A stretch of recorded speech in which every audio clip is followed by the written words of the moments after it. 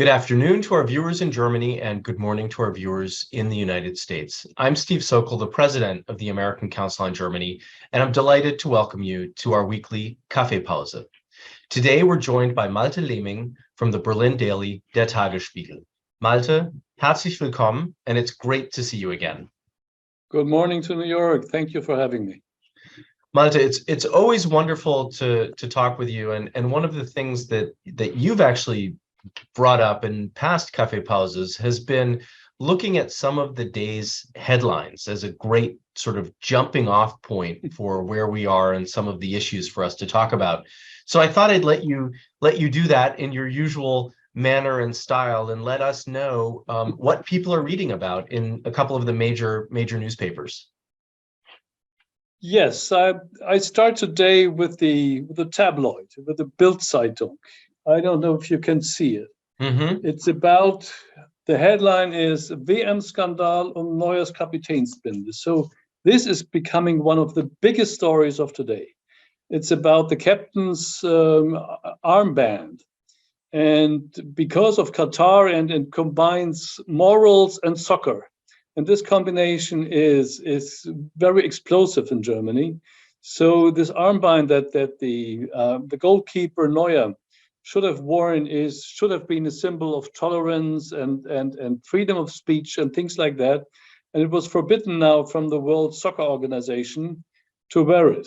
So it was announced that we will do it because Qatar is not the best country we want to be in, but showing our morals, we need to show this armband. But now it's forbidden, and the German and every other team caved. And so this scandal becomes bigger and bigger by the day, and I expect tomorrow a lot of newspapers will have leading articles about the armband scandal. The conservative Frankfurter Allgemeine the headline is about the climate conference in Sharm el-Sheikh, and always two leading articles about the soccer World Championship in Qatar. That gives you an impression how serious the Germans are still with the soccer.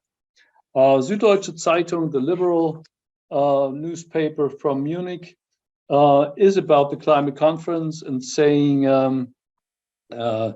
something that's like ein Funke Hoffnung, a spark of hope.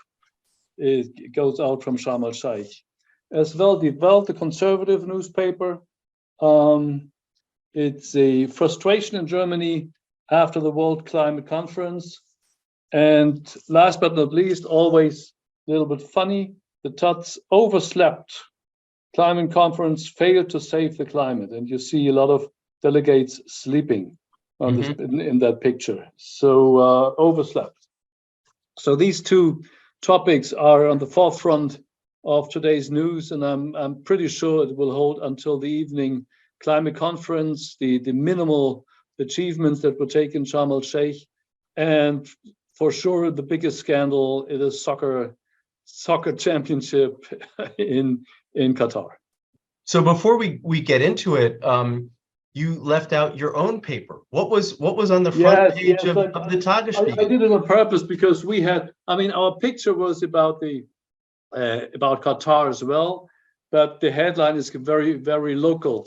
It's about the capture of the rent thing, and if it were taken away from the justice. So it's not typical for the German newspapers today. So let's maybe start by talking about these two big issues that are on the front pages, the Soccer World Cup and then get into COP27. And I have a couple questions for you. You know, one is it seems as if people are talking more about human rights issues than they are about the teams and about soccer at the moment. Can you talk to us a little bit about how in soccer-loving Germany that is being perceived? Yes, I mean, everybody knew giving the Soccer World Championship to Qatar means a country that has not the best record on human rights. Foreign workers, they didn't have been killed, but they died in the heat for working, for the construction working, of these soccer games. So because Germans tend to be very moralistic about these things. If the Olympics are in Beijing or in Russia, the soccer games in Russia were, I think it was like 4 years ago. So they're always questioning themselves, are we allowed to do it? And under what kind of circumstances? So this armbind affair becomes a symbol of how they wanted to, yes, if we wear this armband, maybe the whole moralistic scruple would be taken away miraculously through this armband, because we are showing our morals against the morals of a desert country. So this is on the heart of the affair.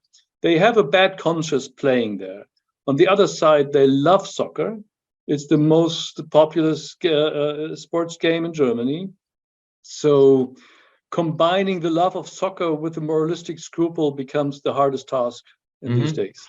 I mean, I guess the other issue is that there are a number of claims of corruption that are being brought against FIFA, the governing board of the soccer federation, and that's something that's causing a lot of concern related to this tournament, but also in each of the countries as well. Is that something that's playing out in discussions in Germany too? Yes. Everything from the so-called corruption scandal surrounding the FIFA, the organization, to the labor conditions for the laborers, to maybe terror financings. We're talking about Hamas and Gaza and other things. So the so-called good side of Qatar, there are some positive developments, and Al Jazeera, which is basically a Qatar newspaper, is one of the freest in the Arab world. So there are some positive developments, but neither of them are coming into perspective of Germany at this moment. It's interesting that the European soccer, the UEFA, said yes, you should be allowed to wear this armband. But the FIFA caved into Qatar, saying there should be no sports symbols on no political symbols on sports affairs. So this is one of the strict FIFA rules.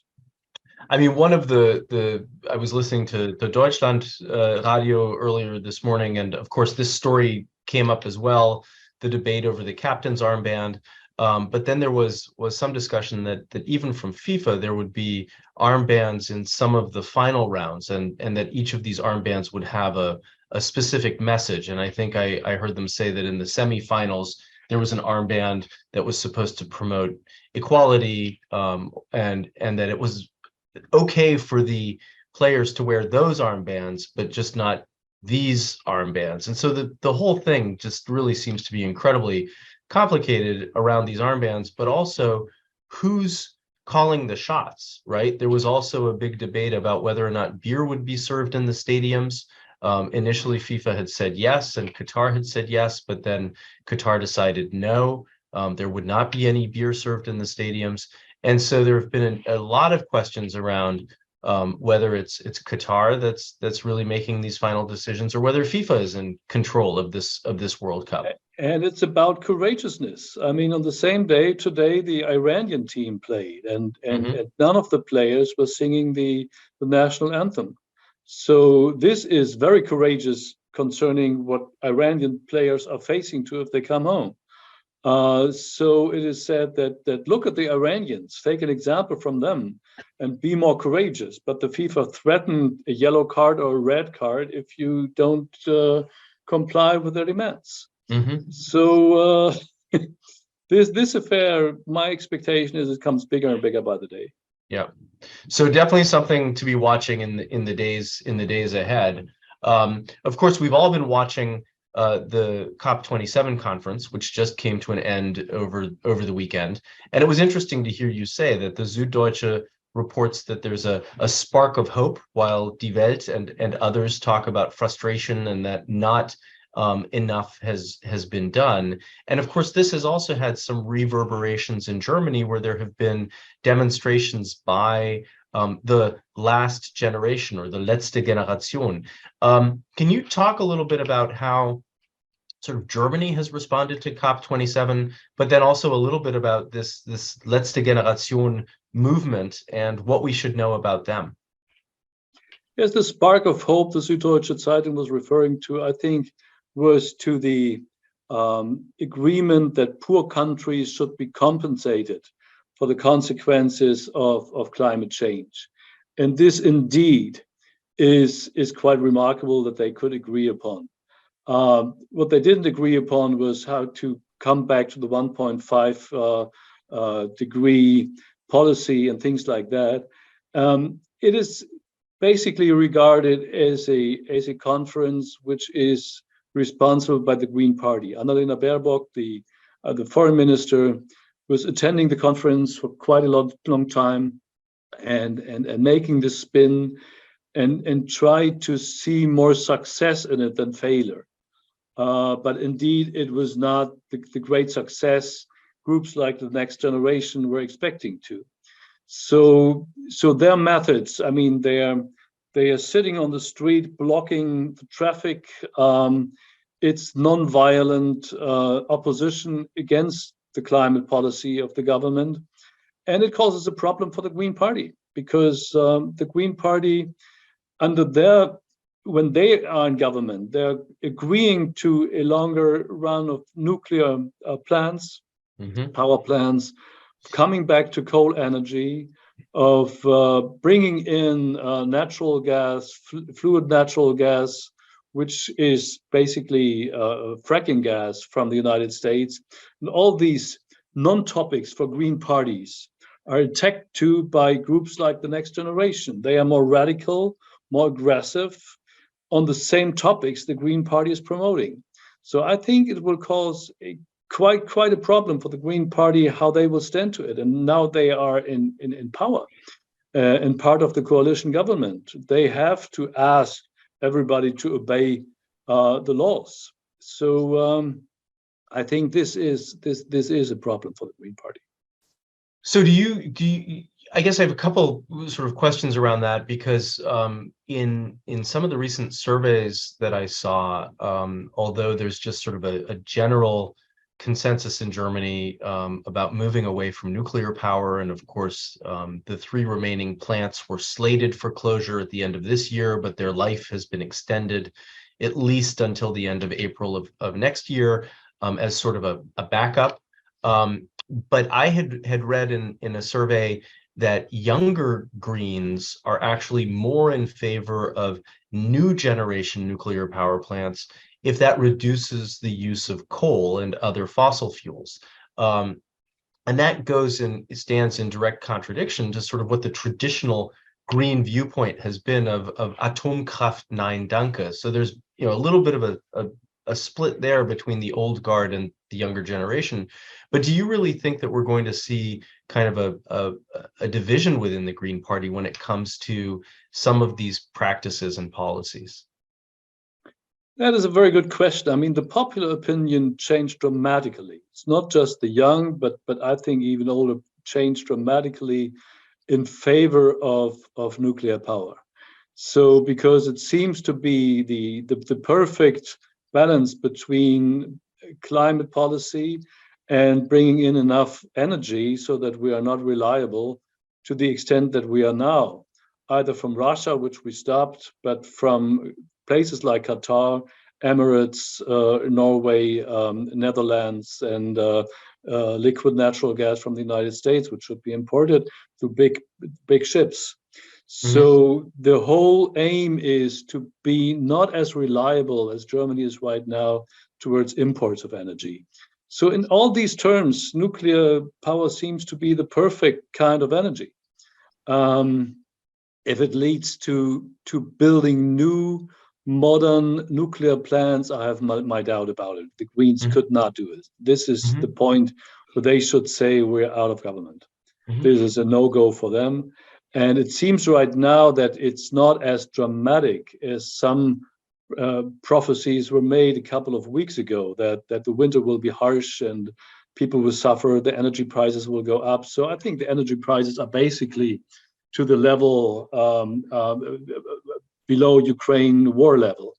So it's and the DAX, the economy is going up. So it's not like the recession, deindustrialization scenarios that we were afraid of a couple of months ago. So just one more question about the letzte Generation or last generation. Do you see this as sort of a national movement? I had heard that there were some protests in cities other than Berlin recently, although this sort of started in Berlin. Are you picking up on it across the country, or is it more? Yes, as far as I know, it's already a European kind of movement. I mean, the throwing of food against pictures and things of art were happening, I think, in Rome as well as in Paris, and in London as well in Berlin. So I think it's more or less it's becoming a European-wide movement. There could be some local centers, but I'm not as aware of it. In terms of other sort of movements that we're seeing, in recent weeks, we've seen kind of a rebirth, that might not be the right word, but a sort of renewal of the Monday protests, the Monday demonstrations, beginning in Leipzig, of course, which has historical roots, if you think back to 1989. But what's been interesting about these Monday demonstrations is that they've been sort of launched by the left Linkspartei and by the right AfD, Alternative for Germany. It's been sort of the parties that are really on the fringes on the left and the right, on the periphery on the left and the right, that have called out to their members to protest, partly because of the harsh winter that you were talking about that people were anticipating, which does not seem yet to be quite as harsh as people thought, but concerns over rising energy prices, inflation in general, and rising food prices, and just concern about people's well-being. Can you talk a little bit about these Monday demonstrations and how serious they are, or how seriously they should be taken? They should be taken very seriously if you are interested in the east of Germany. I mean, they are taking place in the east of Germany and not so much in the west. In the east of Germany, the AfD, the right-wing party, is still quite popular, becoming more popular by the day. Not with the message about foreigners. This went to the back front, but more or less with the anti-sanctioning regime against Russia, because poor people are suffering. They are very much in favor of building new power plants.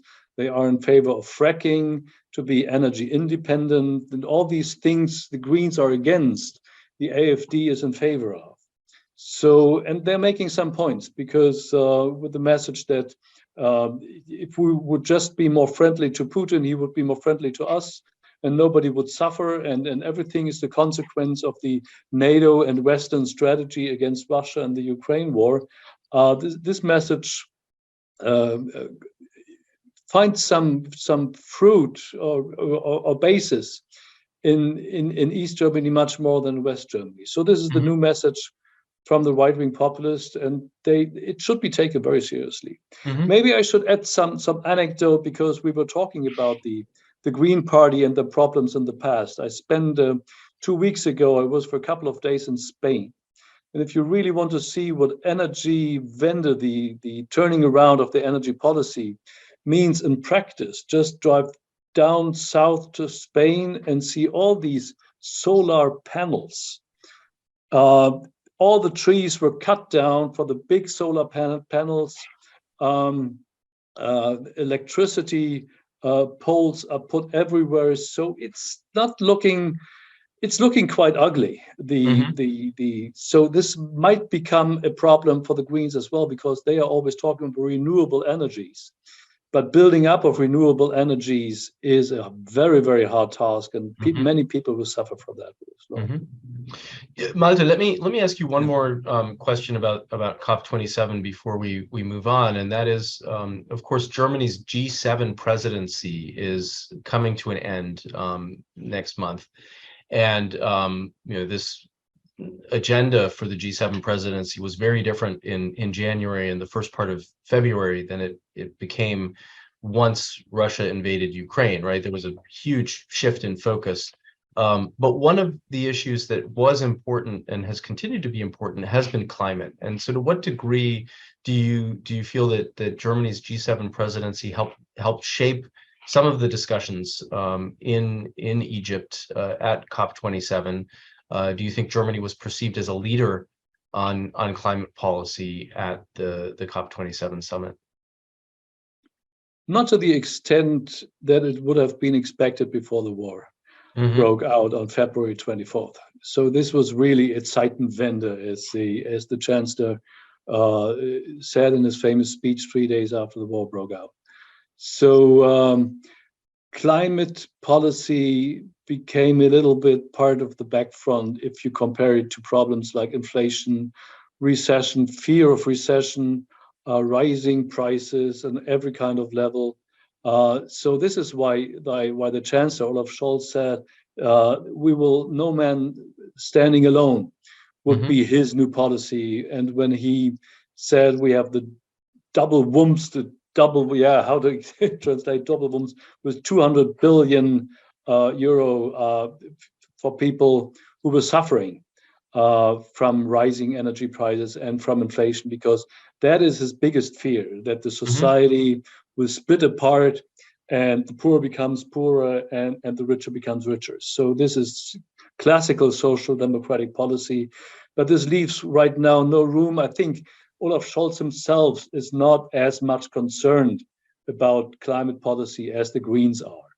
But for the Greens, and I explained that before, they have to make so many compromises that saying the climate policy is now still on the forefront of our policy is a little bit anachronistic, given that they made so many compromises in this new kind of reality in energy policy that nobody expected much more to come out from Annalena Baerbock or Habeck. Well, let me fold in a viewer question. One of our viewers sort of anticipated the direction that I wanted to go in next in terms of some other topics I wanted to bring up. And she writes, as we discuss climate change and human rights issues, is the German press continuing to focus on ties with China?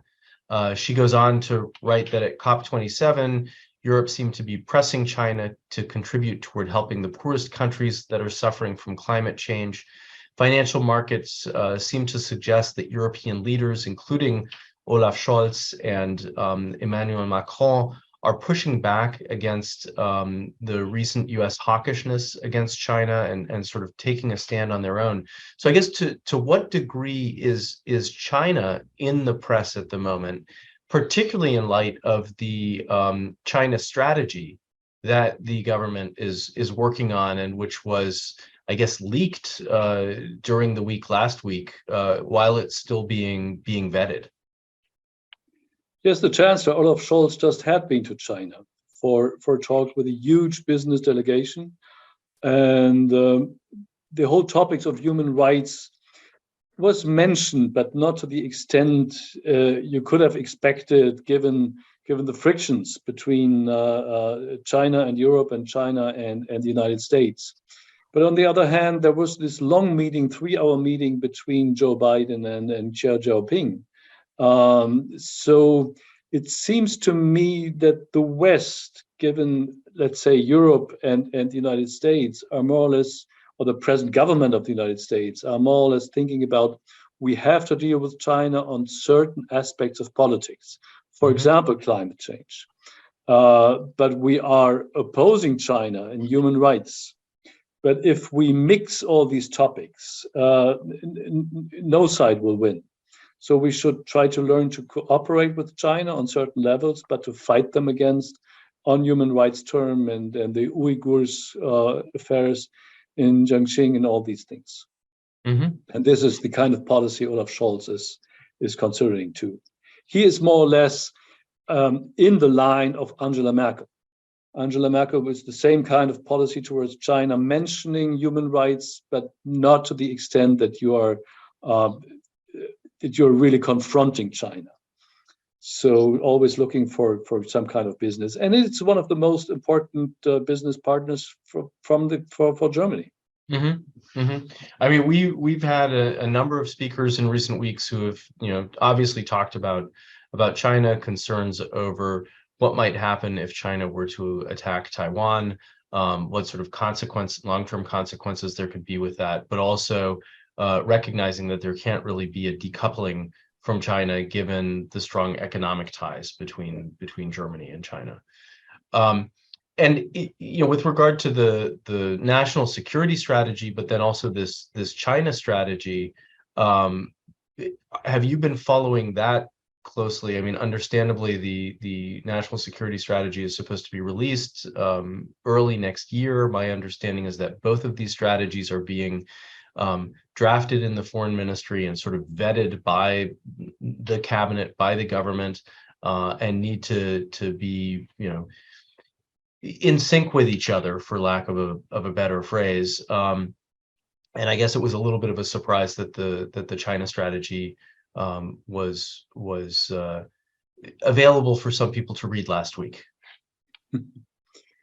Yes, I'm not so familiar with this new strategy that will be so. It's not on my mind right now. Mm-hmm.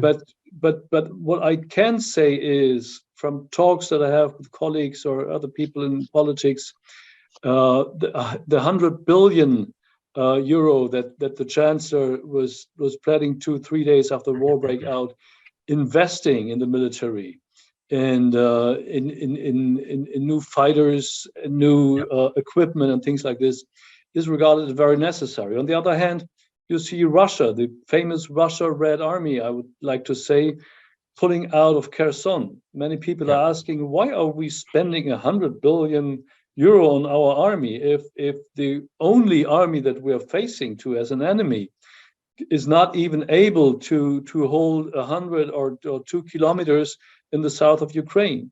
So I think these kind of discussions could come up again and need to find answers that are convincing.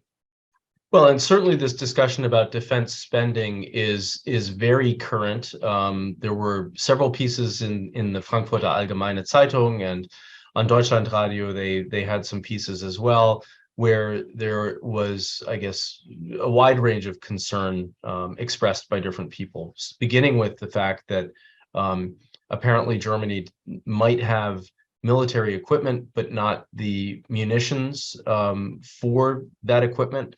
And that there's some sense of shock 8 months after the Zeitenwende speech and the announcement of 100 billion euro for defense spending, that very little, if anything, has been ordered, and that the defense minister has, on the one hand, called for orders to be made, but on the other hand is somebody that people point to and say, Frau Lambrecht, it's your fault that these monies have not started to flow yet. How do you sort of unpack the frustration, if you will, at these federal defense spending issues that just don't seem to be happening at the moment?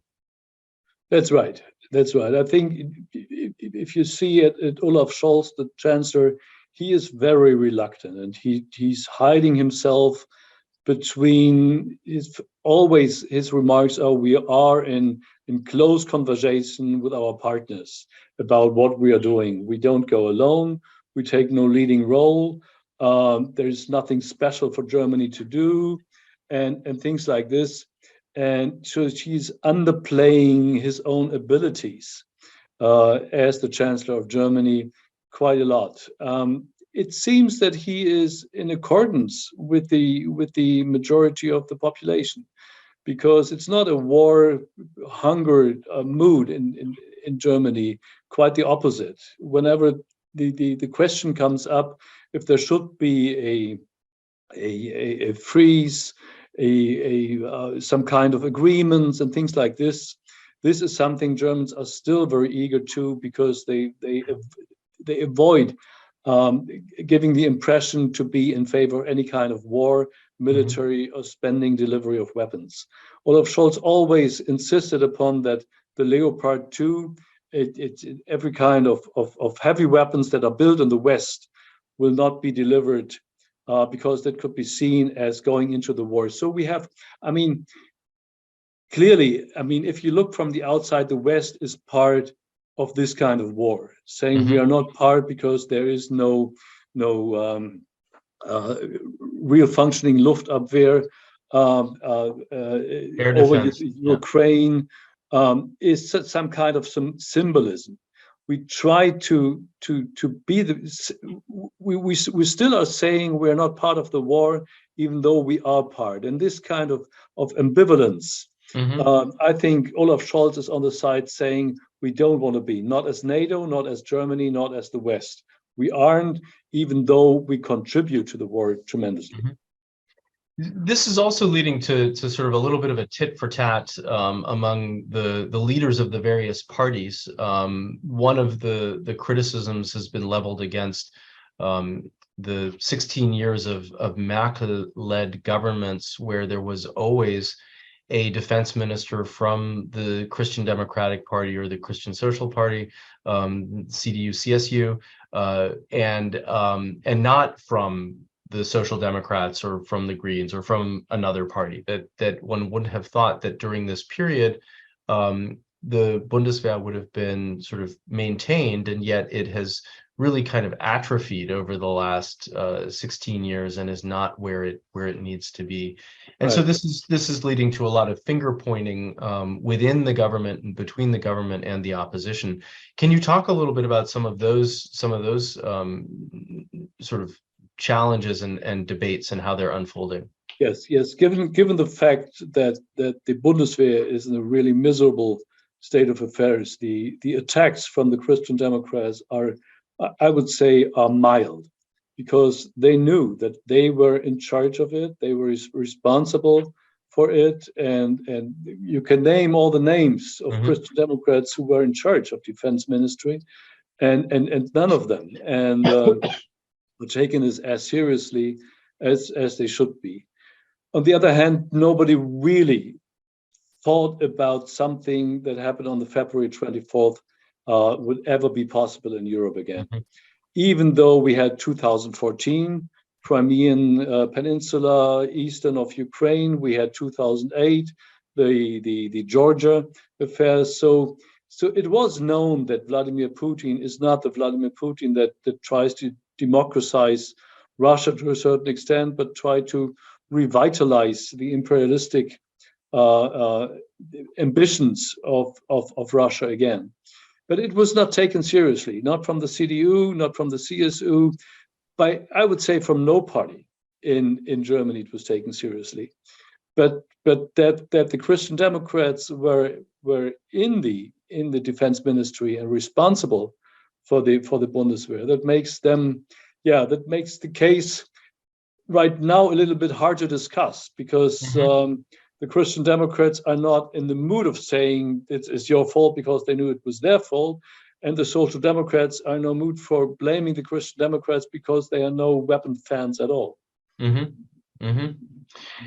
Another sort of debate that's playing out between the government and the opposition is the discussion about the social welfare system and making a shift from Hartz IV to sort of a policy of Bürgergeld or citizen money, citizen support, where there were negotiations between the Traffic Light Coalition and the Christian Democrats over the weekend. And I guess they ended late Sunday without a compromise, without a result of what the path forward is. I know it's a very complicated issue, but how big an issue do you think that this debate over the Bürgergeld will be? And is it something where the Christian Democrats who are in the opposition can gain some traction? Okay, the Bürgergeld, which is kind of a basic income for neediest people, is a project that the Ampel coalition, from the Social Democrats, the Green Party, and the Liberal Party, we're agreeing upon. And if the Liberal Party is on board, that doesn't mean it's not just a social welfare project, but it might might be of some value for businesses as well. I think in times when you see high inflation, high rising prices, and people becoming poor, Hmm. and you can see it in the lines of the so-called Tafel, which gives free food to needy people in big cities like Berlin and Hamburg. The Hmm. lines are getting longer and longer, and it's winter time and so on. In this kind of mood, I don't think the Christian Democrats can afford to drive a strict opposition course against it. Their main point of criticism is that this kind of Bürgergeld is lacking the incentives Hmm. to go to work, because if you live by free money, why you should work? But that's not the case. I mean, it's not as much as you earn from most kind of work that you do. So I think they will make some points and give more incentives towards working in it. But basically, the Bürgergeld, I don't know if it will start on January 1st, but Hmm. I'm pretty sure the upper coalition will go through with it. Hmm. So as we start to wrap up, since we're talking about German politics, I'd maybe like to ask you about sort of the strength or the Stimmung in each of the two Volksparteien, which are of course much weakened today than they were in their heyday. I guess it was 50 years ago that the Social Democrats were able to celebrate their biggest triumph. I think there was something like 90% election participation, and the Social Democrats won 45.8% of the vote. And of course, then Willy Brandt was the chancellor. This, was a huge success, and obviously the standing and the status of the Social Democrats has changed a lot since then. Some within the Social Democratic Party blame it on the expansion of the party system. At that time, there were really only three political parties. Today, we see six, or seven if you include the CSU. But we see sort of a real spread of parties. Do you think it's fair to say that it's just the spread of the party system that has contributed to this, or have other factors really contributed to the weakening of the Volksparteien? I think that it is the splitting that is very much contributing to it. First of all, the Greens taking away the ecological question from the Social Democratic Party, and then the left-wing party, which were taking away the socialism or social welfare system out of the Social Democratic Party. I Hmm. mean, this is a harsh concurrence. The CDU on the other side had now the splitting up against the AfD, the right-wing populist party, the taking away the question of refugees, identity, and all these things. So the splitting up is very much a contributing factor to it, but it's more or less what comes to it is a modern phenomenon that people don't are so closely affiliated to any kind of organization. If it's church, if it's party, if it's unions, if it's even sports clubs, and they switch from one to another. So the whole, I mean, identity with some kind of organization is becoming looser and looser. So let's say it's the individualistic twist in modern times that is contributing to it, but Hmm. I think this factor is playing into it as well. Hmm. So lastly, I mean, since we were talking also a little bit about the CDU, before we went live today, we were talking about U.S. politics and who might be on the ballot in 2024. Of course, Germany's next election is likely to be after the next U.S. election. And one of the candidates whose name, some people think will be on the ballot is Friedrich Merz on the CDU side. He's currently the head of the CDU. This is a position he's been looking at for a very long time. He's been in and out of politics. And he's somebody who sort of enjoyed significant support from the grassroots, but also from the youth organization of the Christian Democrats. But a year into his tenure as the party chair, he seems to be losing some traction and losing support. And there are other names that have been coming up, like Hendrik Wüst, the recently re-elected minister-president in North Rhine-Westphalia, as sort of the future of the party. When you sort of look at the Christian Democrats, how do you see their sort of redefining process going on after the loss in last year's federal election? I would say that Friedrich Merz is still the candidate to look for. He has a majority in his own party. He is right now undisputed. There is nobody off stage saying, I will go against him and try to be the next chancellor in Spain. I think he will be the next candidate from the Christian Democratic and Christian Social Union. It's not so easy to be in opposition right now because the war in the Ukraine make many. How can you argue against inflation and rising prices if everybody understands why the reason is why we have to sanction Russia, why we have no gas and oil coming out of Russia anymore, why we have all these things. So the pragmatic kind of course the Ampel coalition took is seen as without any kind of alternative. Angela Merkel would have said is alternativlos. So this makes it where to concentrate your energy on as an opposition leader right now. I can't see it. So his policy right now is to give the government as much as they want without losing your own identity. So to seem to be cooperative, to understand the need of the time, and so on and so on.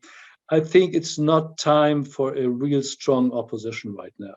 It makes it hard for him, but he's still, I mean, he is in the shadow. And if the mood is changing, he will be in the forefront again. He is a very good attacker. He is good in talking. And so he has a very strength in politics. Well, Malte, as always, it was a delight to speak with you. We covered a lot of ground, and you've given us a lot of things to watch in the days and weeks ahead. And I want to thank you for that. And I look forward to reconnecting with you in the new year. Yes, we will. And look for the soccer game on Wednesday against Japan. What kind of captain armbands there will be on place. This is a big story. That's the thing to watch, not how they play. Thank you. Herzlichen Dank. Bis bald. Thank you for having me. Bye.